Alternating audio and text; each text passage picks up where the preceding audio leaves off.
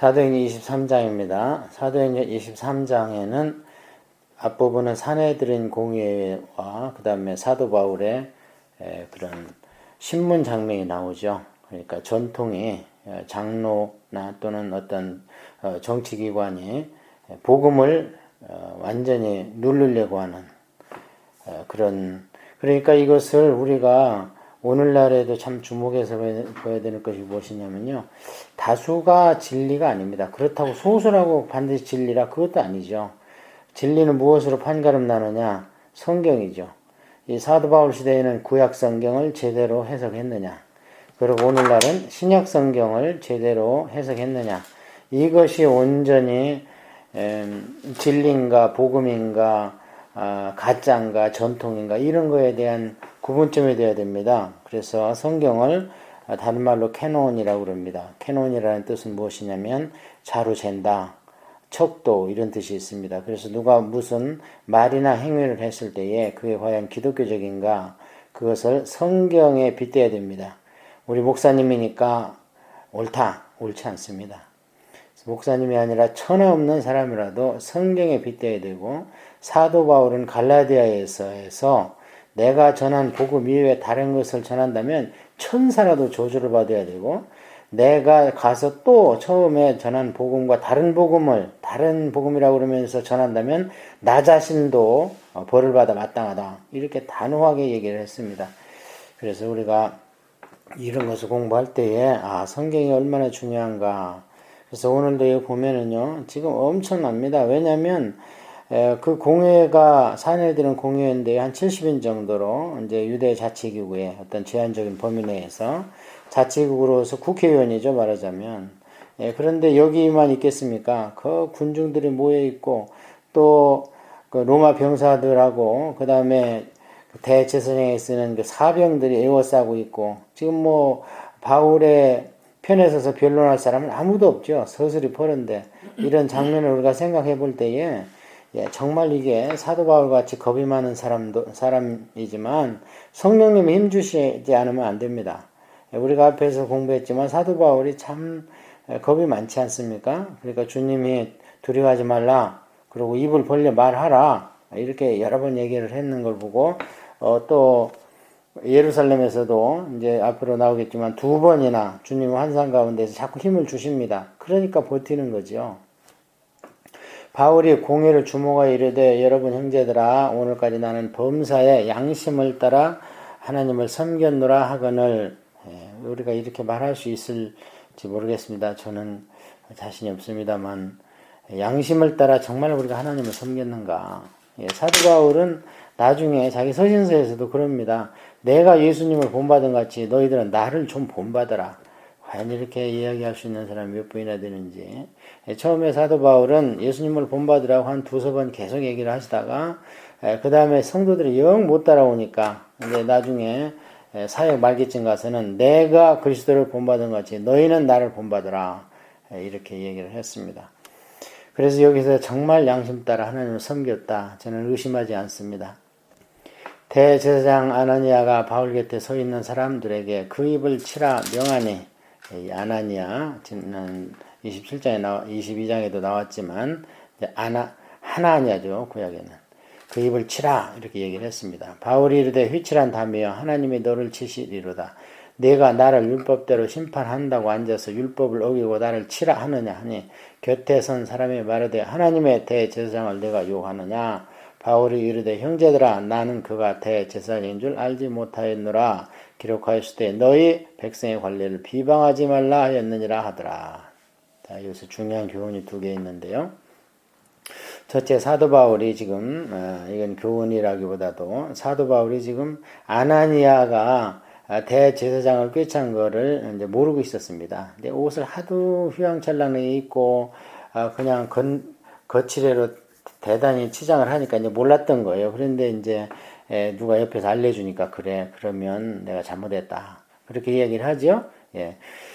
그 다음에 2번째는 뭐라고 그러냐면 율법을 어기고 나를 치라 이렇게 얘기를 했는데, 또 나중에 뭐라고 그러냐면 율법에 또 뭐라고 그랬냐면은 관리를 너의 백성의 관례를 비방하지 말라. 이거 레위기에 있습니다. 예. 그에게 존중을 해서 내가 잘못했다. 이렇게 지금 일단 사과를 합니다. 이게 우리 믿는 자의 자세죠. 예, 율법이 뭐 폐기됐다 없다 전혀 그렇지 않습니다. 더 율법이 강화됐죠. 없어진 것은 구약의 의식법입니다. 제사 방법이나 제물 이런 것들이 전부 예수 그리스도의 십자가에서 제사가 완성됐고 모든 양이든 소든 뭐 그런 비둘기든 뭐든 전부 다 제물은 예수 그리스도께서 십자가에서 제물이 되신 것입니다. 그것이 엄밀히 이야기하면 그것도 없어진 게 아니죠. 왜냐하면 예수님께서 다 그것을 완성시켰죠. 그래서 내가 율법을 폐하러 온 게 아니라 완성시키러 왔다 이렇게 얘기를 했는데요. 어설프게 성경 공부를 하는 분들은 율법은 폐기됐다, 지킬 필요 없다 이렇게 얘기를 하는데 전혀 그렇지 않습니다. 의식법은 완성됐고 세상법 있죠. 무엇을 먹으라, 무엇을 어떻게 질병을 예방하라, 치료하라 뭐 이런 것들은 전부 세상 정부로 갔지 않습니까? 그래서 사도 바울이 지금 복음과 변증하면서 율법을 존중합니다. 내가 예수 그리스도로 구원을 받았지만 나는 율법을 지킨다. 따라서 내가 대제사장에게 말대답하고 반항한 것은 잘못됐다. 자, 그런데 바울의 머릿속에 언뜻 이제 비쳐나가는 것이 바울이 그중 일부는 사두개인이요 다른 일부는 바리새인인 줄 알고 공회에서 외쳐 이르되 여러분 형제들아 나는 바리새인이요 또 바리새인의 아들이라 죽은 자의 소망 곧 부활로 말미암아다가 신문을 받노라. 그 말을 한즉 바리새인과 사두개인 사이에 다툼이 생겨 무리가 나누어지니 이는 사두개인은 부활도 없고 천사도 없고 영도 없다 하고 바리새인은 다 있다 함이라. 크게 떠들새 바리새인 편에서 몇 서기관이 일어나 다투어 이르되 우리가 이 사람을 보니 악한 것이 없도다. 혹 영이나 혹 천사가 그에게 말하였으면 어찌하겠느냐 하여 큰 분쟁이 생기니 천부장은 바울이 그들에게 찢겨질까 하여 군인을 명하여 내려가 무리 가운데서 빼앗아 가지고 영내로 들어가라 하니라. 자, 바울이 지금 이제 교리를 다 아니까요. 이 사두개인은 누구냐면 이제 구약의 솔로몬의 사독이라는 분이 있죠. 사독이라는 분이 왕실 겸 또 그 성전의 대제사장을 이제 그 직책을 수행하던 분이 이제 사독입니다. 그래서 사독개인들은 이제 그무리들이죠. 그래서 우리가 이제 그 사독의 후예다 이렇게 얘기하면 그러니까 제사장 무리인데 이들이 이제 어디에서 생겼냐면 하스몬 왕조라고 중간계에서 100년 동안 하나님 없이 독립왕조를 차린 적이 있습니다. 제가 하나님 없이 독립왕조를 차렸다고 한 이유는 그 당시에 기록됐고 하나님이 말씀하셨다는 모든 문서가 우리 기독교에서는 의경으로 정경으로 쳐주지 않습니다. 그것은 이제 가짜라는 거죠.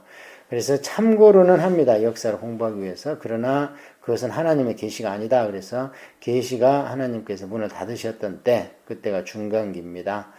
그때 보면 여러 가지 이제 책들이 천주교에서는 일부 그것을 자기들 성경으로 인정을 하고 있죠. 그러나 우리는 인정하지 않습니다.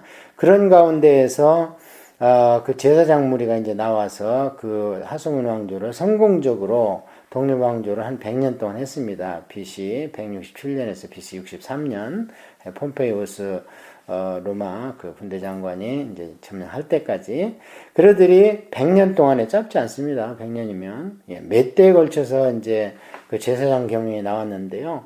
처음에 제사장만 하다가 이제 정치 맛을 봤어요. 권력 맛을 봤어요. 그래서 제사장이 통치까지 합니다. 그러면서 생긴 무리가 이 사두개인이에요. 사두개 무리들이다. 그래서 그러다 보니까 이들은 현실이 좋죠. 왜냐면 제사장의 존경도 받고 그 다음에 의식도 행할 뿐만 아니라 정치 권력도 갖고 있으니까 그게 이제 사두개인이고 바리새인들은 바벨론이나 페르시아 속국가에 있을 때에 백성의 교육을 책임졌던 무리들입니다. 그래서 백성들은 당연히 바리새인을 따르고 좋아했겠죠. 그래서 이 바리새인들은 구약의 39권을 전부 하나님 말씀을 인정을 하기 때문에 천국도 믿고 영도 믿고 천사도 믿습니다. 근데 사두개인들은 모세 오경만 믿으면 있으면 됐다. 나머지는 너무 많다. 이러면서 모세 오경만 갖고 공부를 하다 보니까 이 땅에서 하나님 나라가 이루어지는 거죠. 모세 오경은. 왜냐하면 하나님의 백성이 모세의경을 통해서 팔레스타인에서 이 땅에 지상에 천국을 그러니까 이루어가는 그런 하나님의 나라를 이루어가는 그거 했는데 그래서 모세오경이 이 땅의 복음, 이 땅에서 우리가 잘 먹고 잘 살고 하나님 나라를 이 땅에서 이루어가야 된다. 천국도 없고 천사도 없다. 이렇게 얘기한 게 사두개인입니다. 그래서 그 아주 큰 차이가 내세를 믿지 않는 겁니다. 영을 믿지 않는 겁니다. 그러니까 당연히 부활도 믿지 않죠. 그러니까 이것을 바울이 빌미로 삼아서 이제 숫자는 바리새인이 많고 사내들인 공회에는 사두개인이 많습니다. 그래서 거기에서 분쟁이 나면 승부가 나지 않습니다. 왜냐하면 백성은 바리새인을 좋아하고 권력은 사두개인데 사내들인 공회를 꽉 잡고 있기 때문에 그래서 보시다시피 오늘 여기에서도 분쟁이 끝나지 않습니다. 그래서 이제 시간이 많이 걸려서 천부장의 바울을 다시 군인들이 있는 숙소로 영내로 데리고 들어갑니다. 바울은 상당히 이제 겁이 났을 겁니다. 그러니까 그날 밤에 11절에 주님께서 바울 곁에 서서 이르되 담대하라 내가 예루살렘에서 나의 일을 증언한 것 같이 로마에서도 증언하여라 하리라 하시니라. 왜 담대하라고 했겠습니까? 바울이 지금 주눅이 들은 겁니다. 그러니까 주눅 들지 말고 담대해라. 너는 반드시 로마에서 나를 증언하여야 한다. 주님이 이렇게 얘기하면요 로마 갑니다. 아무리 어렵고 힘들더라도 로마 갑니다. 구약에 마치 하나님께서 아브라함한테 네 자손한테 팔레스타인 땅을 주겠다 했을 때 그들이 말을 안 듣고 별짓을 다 해도 하나님 끌고 갑니다. 왜냐하면 약속을 했기 때문에. 그래서 바울이 여기서 로마에서도 증언해야 한다 하고 주님의 예언을 주셨기 때문에 앞으로 보면 풍랑을 이루도 갑니다. 이게 굉장히 중요해요. 우리가 기도 중에 또는 말씀 중에 묵상 가운데 하나님께서 어떤 약속의 말씀을 주셨다면 그 일은 이루어집니다. 그렇다면 우리가 그 일을 향해서 가는 게 우리 인생이 좀 쉽겠죠. 그 일이 이루어지는데도 불구하고 난 싫어하고 갔다가는 회초를 맞고 돌아오는 거죠. 목사님들의 그런 간증을 많이 들어보면 그런 간증이 많이 있습니다. 소명을 받았는데 그냥 가기가 힘들고 어려우니까 딴 길로 가다가 많이 얻어터지고 끝끝내 목회자의 길을 가는 그런 간증하는 것을 우리가 많이 봅니다. 그래서 주님이 어떤 예언의 말씀을 주셨는가를 우리가 굉장히 존중하고 세심하게 우리 믿는 자들은 그 말씀에 우리 인생의 나머지 인생의 프로그램을 짜야 되지 않겠는가 생각을 합니다. 날이 새매 유대인들이 당을 지어 맹세하되 바울을 죽이기 전에는 먹지도 아니하고 마시지도 아니하겠다 하고 이같이 동맹한 자가 40여 명이더라. 이제 바울을 죽이는 그런 단체가 이제 40명이나 그냥 아주 먹고 마시도 않고 죽을 때까지 바울을 죽일 때까지는 우리는 그냥 결사로 바울을 그냥 살해하고 말겠다. 대제사장과 장로들이 가서 말하되 우리가 바울을 죽이기 전에 아무것도 먹지 않기를 굳게 맹세하니 이제 너희는 이제 그 사람들이 이제 갔다는 거예요. 대제사장과 장로들한테 자 우리가 사도 바울의 암살단이다. 그러니까 이제 당신들은 사도 바울만 하여튼 영내에서 끌어내기만 해라. 그럼 우리가 죽이고 이 논쟁을 끝내겠다. 이렇게 얘기를 하는데 무시무시한 얘기죠. 이게 이제 옛날에 사도 바울이 변화되기 전에 했던 행위입니다. 내가 율법이 얼마나 열심히인지 하면서 나중에 간증을 보면 그렇지 않습니까? 그러니까 이 종교의 영을 잘못 받으면요. 지금도 오늘날도 여러 종교가 그러지 않습니까? 그냥 자살 테러단이 생기지 않나 하면 막 왜 그러냐면 종교의 영은 사람을 완전히 묶습니다. 그러니까 우리가 진리에 붙들려 있다는 게 얼마나 감사한지 우리가 정말 이렇게 CD를 듣고 또 우리가 매일 성경 공부를 하고 이런 열심을 갖고 있는 분들인데 만약에 우리가 다른 영을 받았다면 그 열심으로 또 그걸 섬길 거 아닙니까? 그러니까 얼마나 우리가 감사한지 정말 생각해 보면 아슬아슬하지요. 이제 너희는 그의 사실을 더 자세히 물어보려는 척하며 공회와 함께 천부장에게 청하여 바울을 너희에게로 데리고 내려오게 하라. 우리는 그가 가까이 오기 전에 죽이기로 준비하였노라 하더니 바울의 생질이 그들이 내보가에 있다 함을 듣고 와서 영내에 들어가 바울에게 알린지라. 바울의 생질인데요. 이제 바울의 누나의 아들인 것 같습니다. 근데 사도 바울이 로마에 편지할 때 보면 16장에요. 그 친척이 3명이나 나와요. 그러니까 사도 바울이 지금 예수님께서도 다메섹 도상에서 만나 주셨지만 사실은 주변에 믿는 사람이 많았습니다. 사도 바울의 그런 문안 편지를 보면요. 내 친척 뭐 이러면서 쭉 열거하는데 보면 로마에도 살고 있습니다. 여기도 지금 친척 아닙니까? 그러니까 먼저 믿는 자들이 사도 바울한테 집에서 많이 전도를 했을 겁니다.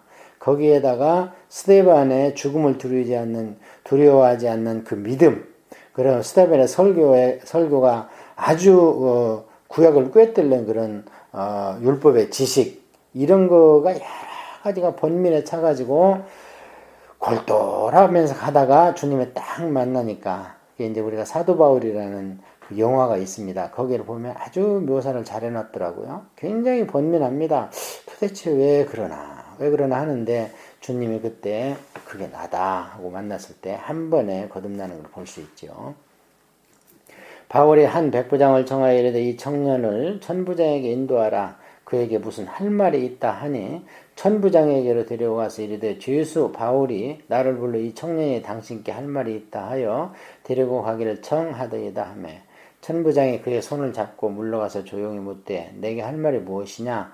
대답하되 유대인들이 공모하기를 그들이 바울에 대하여 더 자세히 묻기 위함이라 하고 내일 그를 데리고 공회로 내려오기를 당신께 청하자 하였으니 당신은 그들의 청함을 따르지 마옵소서. 그들 중에 바울을 죽이기 전에는 먹지도 않고 마시지도 않기로 맹세한 자 40여 명이 그를 죽이려고 숨어서 지금 다 준비하고 당신의 허락만 기다리나이다 하니 이에 천부장이 청년을 보내며 경계하되 이 일을 내게 알렸다고 아무에게도 이르지 말라 하고 백부장 둘을 불러 이르되 밤 제3시에 가이사라까지 갈 보병 200명과 기병 70명과 창병 200명을 준비하라 하고. 자, 그러니까 사내들은 공유해서 청문회 다시 한번 하자 하고 내려올 때는 천부장이 한 군인 한 서너 명 데리고 오겠죠. 그때 이제 40명이 달라들어서 바울만 딱 죽이고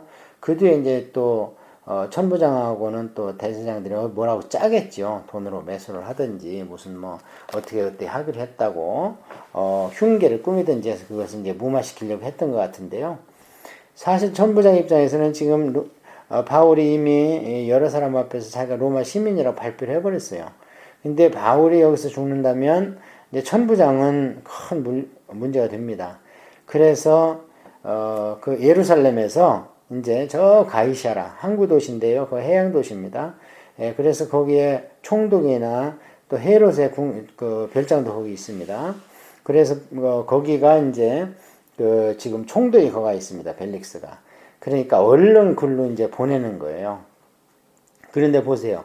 백부장 2명이나 불러가지고요. 군인을 470명. 그것도 그냥 완전 무장한.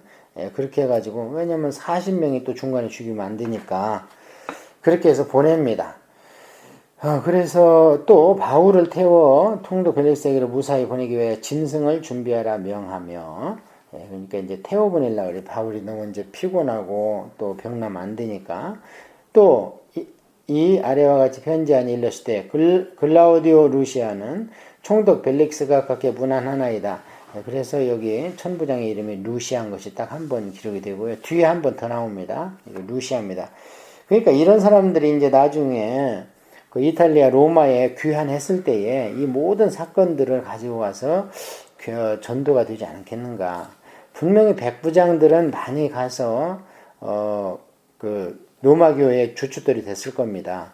예를 들어서 고넬료라든지 또 좀 있으면 이제 배를 타고 갈 때 율리오라든지 또는 왕의 신하 병을 하던 그 백부장이라든지 이래서 이제 여기 처음이다 마지막으로 천부장이 나오는데요. 자, 뭐라고 그러냐면 이 사람이 유대인들에게 잡혀 죽게 된 것을 내가 로마 사람인 줄 들어 알고 군대를 거느리고 와서 구원하에다가 유대인들이 무슨 일로 그를 고발하는지 알고자 하여 그들의 공회로 데리고 내려갔더니 고발하는 것이 그들의 율법 문제에 관한 것뿐이요 한 가지도 죽이거나 결박할 사유가 없음을 발견하였나이다. 그러나 이 사람을 해하려는 관계가 있다고 누가 내게 알려주기로 곧 당신께로 보내며 또 고발하는 사람들도 당신 앞에서 그에 대하여 말하라 하였나이다 하였더라. 보병이 명을 받은 대로 밤에 바울을 데리고 안디바드리에 이르러 이튿날 기병으로 바울을 호송하게 하고 영내로 들어가니라. 그들이 가이사랴에 들어가서 편지를 총독에게 드리고 바울을 그 앞에 세우니 총독이 있고 바울들어 어느 영지 사람이냐 물어 길리기아 사람인 줄 알고 이르되 너를 고발하는 사람이 오거든 내 말을 들으리라 하고 헤롯 궁에 그를 지키라 명하니라. 가이사의 총독 관저도 있고 헤롯 궁도 거기 있지 않습니까? 지금도 아주 굉장히 좋습니다. 막 해변이 모래사장이 쭉 뻗쳐 있고요. 거기에 막 갈멜산까지 막 수로가 연결되어 있는데 지금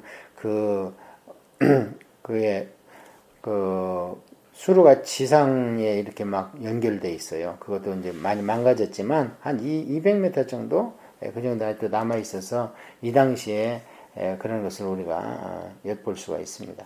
그래서 23장에서는 뭐 별 큰 영적인 내용이라기보다는 사도 바울의 그런 신문 과정이라든지 또는 우리가 사두개인과 그 바리새인의 그 어떻게 생겼는지 그들의 교리가 무엇인지 그 다음에 주님께서 보호하사 천부장의 마음을 움직여서 바울의 그런 신변을 안전하게 보호하는 이런 장면이 있습니다.